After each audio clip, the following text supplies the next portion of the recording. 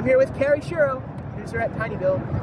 We're at PAX East 2017, talking about Tiny Build Studios and everything they brought with them. So we have a kind of a big lineup here this year. Here on the floor, first and foremost, I'll start with Streets of Rogue. It's our massive roguelike mega game.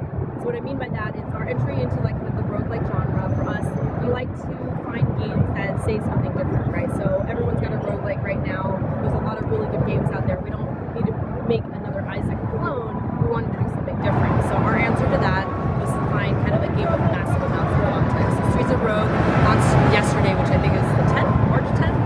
Yes, yesterday was March 10th. The days are blurring together. So we launched it yesterday. It's actually a free launch weekend on Steam.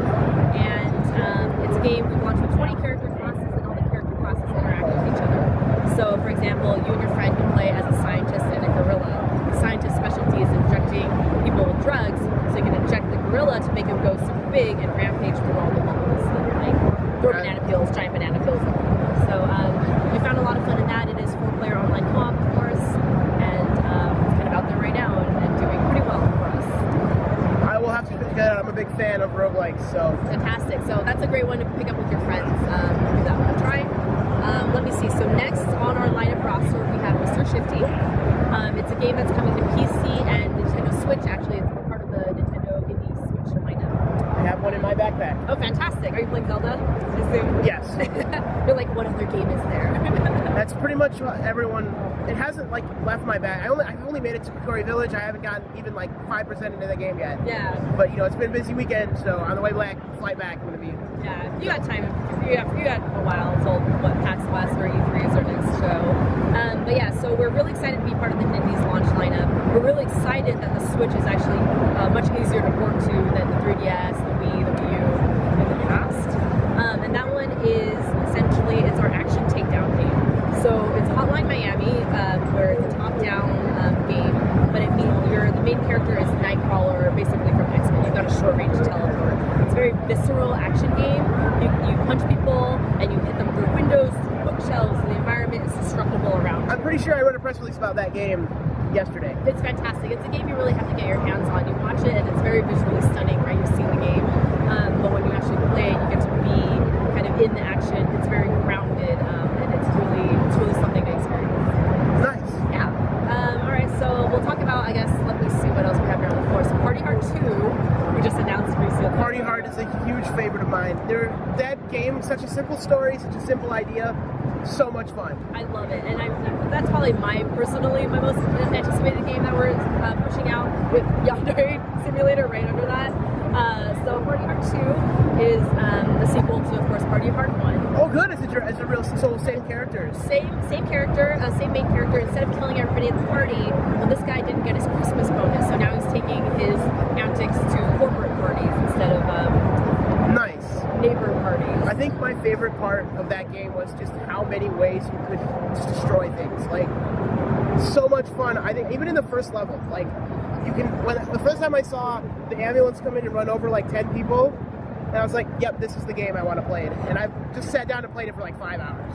The best thing about that ambulance scenario is that it started as a bug. We're like, oh, I don't think this should, like, probably it's not a good thing that like cops, when they get called in to save people, run over a bunch of people. But then everybody, we saw the streamers' reactions when they played that, and they're like, okay, that's a feature now. It literally, it's a feature. It's a feature. It's not a bug.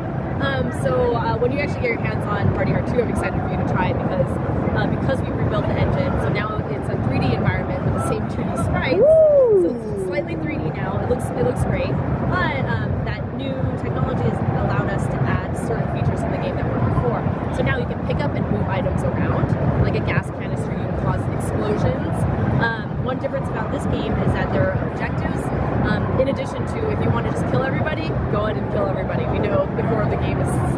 That's what I'm going to do. Stabby. That's how I'm going to play the game. But there are objectives. For example, you're going to target the drug dealers at the event. So you play kind of more Hitman style, more true stealth, and actually like follow these NPCs around and figure out how to kill them without alerting, the 60 other people. Awesome. Yeah. I can't wait to get my hands on that. Yeah, and like I said, same dev team, so we're excited for you to try that one. And then we've got 2 other games we just announced in the last week. We got a little busy. We've got their Phantom Trigger and Graveyard Keeper. Phantom Trigger is the one I wrote the press. That's the neon-infused crazy shooter of Doom. Yes. Like, I almost had a seizure looking at the GIF you sent out. I was like, wow. Yeah, that one's we kind of call it like a neon slasher, which is like neon is a genre now. But that one's kind of our focus on hardcore combat mechanics. So it's actually combo based, and you'll unlock and upgrade your combos as you go along. And that one's it's a roguelike, so you'll like that one too as well. I love roguelikes. And it kind of looks like Hyper Light Drifter. It's got that art style, but the play style we're kind of aiming for more of a Devil May Cry. So we'll give that a try. Hyper Light Drifter meets Devil May Cry. That'll sell itself. Fantastic. And our last one I just mentioned is Graveyard Keeper. This is a Halloween release, obviously. It's essentially, unofficially, we're calling it Stardew Cemetery or Stardew Valley for adults. Instead of tending your farm, you're tending your graveyard. So what do you think about in terms of Tiny Build's not afraid to release games that are more geared towards adult audiences. Right. So what do you think that that's something that's kind of helped you guys along the way, that you're releasing things like, I'll be honest, I got more than a little bit of flack for publishing a review about a game where your objective is to murder people for being loud. Right. I mean, that was something that at the time that I was with the editor was like, I don't really know that I want to publish a review of this game. It's violent and scary. Right. And that was shortly after there's various violent incidents that occur, and so she was like, I don't want to promote this violence. I think it's important. This is the game, a piece of art to show the game. I think, and I love playing the game, not because it's a murder simulator, because it's a fun game. Right. Do you think that's helped you guys in terms of PR and getting out there, and it's shaped your image a little bit? It's definitely given us an edge. When we talk about a game, all you have to say is, you don't have to look at Party Hard. All you have to say is, look, your neighbors are having a party at 3 a.m. Go kill everybody at that party. And everyone's like, yeah, I know all about that. I want to try that game, right? Without sight unseen, you want to play that game. Right. And so it's certainly helped us stand out. I wouldn't say, that's not why we look for these games. So Tiny Build is made up of majority of Eastern Europeans, right? So it's like, my joke is always I feel like there's some deep-rooted anger going on, because we've got Party Hard, where you kill everybody at a party. You've got Hello Neighbor, where you sneak into your neighbor's house repeatedly. Now we have Graveyard Keeper, and we have Yonder Day Simulator, and I just think we like what's off kilter. So Punch Club, which is a boxing, management simulator game, still had a lot of just weird humor about it, right? You go into the sewers and you fight turtles and alligators and stuff. That sort of bizarre Eastern European humor sort of sticks underneath the surface there. Absolutely. So again, I guess it's a sense of humor we all share internally with the team. For us, design is always still king, so we want games that play really well. So there is kind of an interesting undercurrent of craziness going on with our games, but it's really just we look for good gameplay first, and it's got to have a great hook, right? So then that's why you see speedrunners and all these games. You get instantly I get where you're going with that game. Speedrunners was also very fun. I played that a lot with my girlfriend, actually. And fun game, simple, very fun. A lot of not a lot of violence and anger in that game. A little bit, but not a lot. Yeah, and I think now that I'm a little bit older, it's kind of I do feel you want to be responsible with the stuff that you publish, right? You're promoting a violent game. But also, when I was a kid, I didn't necessarily notice that type of stuff, and it's not to say that they won't notice. There's some degree of desensitization you get, right? Desensitized, yeah. Desensitizing you get. But I don't know, for me it turned out, I think, alright, although now I'm publishing these games, so who knows? I think it's it's up to the parents to decide what they want their kids to play. Ultimately, Hello Neighbor it's got a little bit of a sinister vibe, but I see kids playing it and loving it, and being able to separate, this is a real game, it looks like a Pixar movie, it's not hyper-realistic, right. So we don't have that sort of mistaken, reality.